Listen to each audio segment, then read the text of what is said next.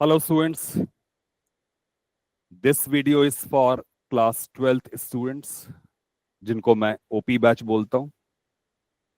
तो OP batch के students के लिए there is a very big announcement.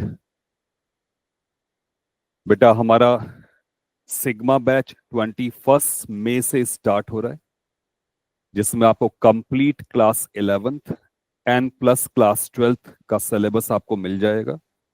Beginning from 21 May up to 30th November complete mechanics and complete class 12th syllabus आपको मिलेगा। और उसके बाद इन नेक्स्ट 2 वीक्स एक क्लास 12th का टॉपिक ज्योमेट्रिकल ऑप्टिक्स वो मैं और लूंगा।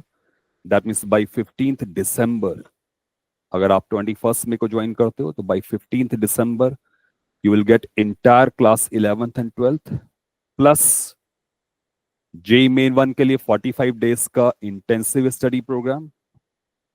देन उसके बाद जे मेन वन के बाद जे एडवांस के लिए 3 मंथ्स का इंटेंसिव स्टडी प्रोग्राम, ये उसमें एडेड ऑफ फीचर्स हैं। दैट मीन्स जो कंप्लीट पैकेज मेरे class 12th OP batch student के पास है वो आप गेन कर सकते हो। And there is one more option, class 12th के स्टूडेंट्स मेरे ओपी बैच को भी ज्वाइन कर सकते हैं और यहां से आप एक नया स्टार्ट ले सकते हो। तो current electricity, capacitor, magnetic effect of current and onwards, that means almost 80% of class 12 syllabus आपके पास अवेलेबल है। इलेक्ट्रोस्टैटिक्स एंड ग्रेविटेशन हो चुका है। इलेक्ट्रोस्टैटिक्स एंड ग्रेविटेशन का जो रिकॉर्डिंग है वो आपको अवेलेबल होगा। इन एडिशन टू दैट आप इन चैप्टर्स को सिग्मा बैच के स्टूडेंट साथ भी कर सकते हो, उसका मैं आपको एक्सेस दे दूंगा। That means class 12th students के लिए there is a golden opportunity to complete 11th and 12th, ये पैकेज आप कर सकते हो विद सिग्मा बैच। प्लस इसके अलावा 80% of the remaining syllabus with OP batch, plus जो 20% का इलेक्ट्रोस्टैटिक्स एंड ग्रेविटेशन मिस्ड है दैट उसका मैं आपको एक्सेस दे दूंगा, आप सिग्मा बैच साथ कर सकते हो। That means you have all the opportunity. बेटा ये लास्ट अपॉर्चुनिटी है प्रॉब्ली, इसके बाद फिर और टर्निंग पॉइंट्स नहीं आए होंगे, नहीं आएंगे। अभी तक तो बेटा ये डिसीजन हो चुका होगा, तुम जहां भी पढ़ रहे होगे तुम्हारा डिसीजन हो चुका होगा कि तुम किस रास्ते पे जा रहे हो। क्या तुम्हें कॉन्फिडेंस आ रहा है कि नहीं आ रहा है, या फ्यूचर में तुम्हारे को उसी रास्ते पे चलने में सक्सेस मिलेगी या नहीं मिलेगी, इसका प्रोजेक्शन तो तुम्हारे माइंड में आ चुका होगा। तुम जिस भी तरह प्रोसीड कर रहे हो तुम्हें समझ में तो आ चुका होगा कि आगे कैसे जाने वाला है। तो इसलिए मेरा कहना ये है कि take a bold decision, decision taken at right time.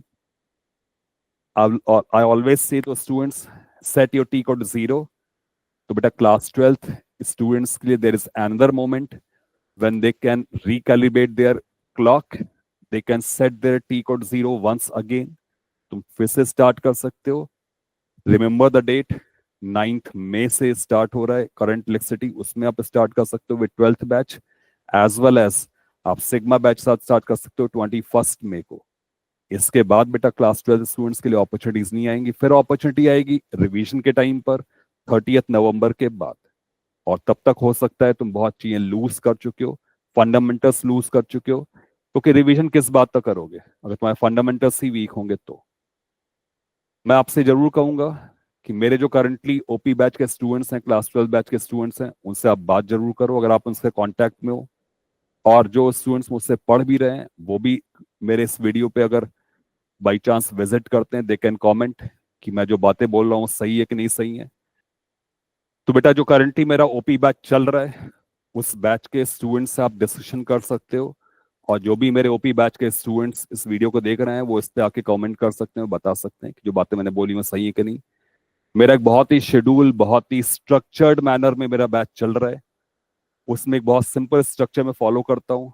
वो ये कि मैं उनको फंडामेंटल से पहले थ्योरी बताता हूँ, थ्योरी में मैं सारी डिटेल्स देता हूँ, everything, every micro detail, so that उनके फंडामेंटल्स बहुत स्ट्रांग हो। फिर लेवल 1 लेवल 2 के उनको एक्सरसाइज दिए जाते हैं जिससे उनका फंडामेंटल्स बेसिक्स क्लियर हो जाता है। फिर इसके बाद उनके रो के जो भी रिलेवेंट क्वेश्चंस हैं उसको वो कर लेते हैं। आफ्टर दैट उनका टेस्ट होता है, साथ में डीपीपीस भी चल रहे हैं।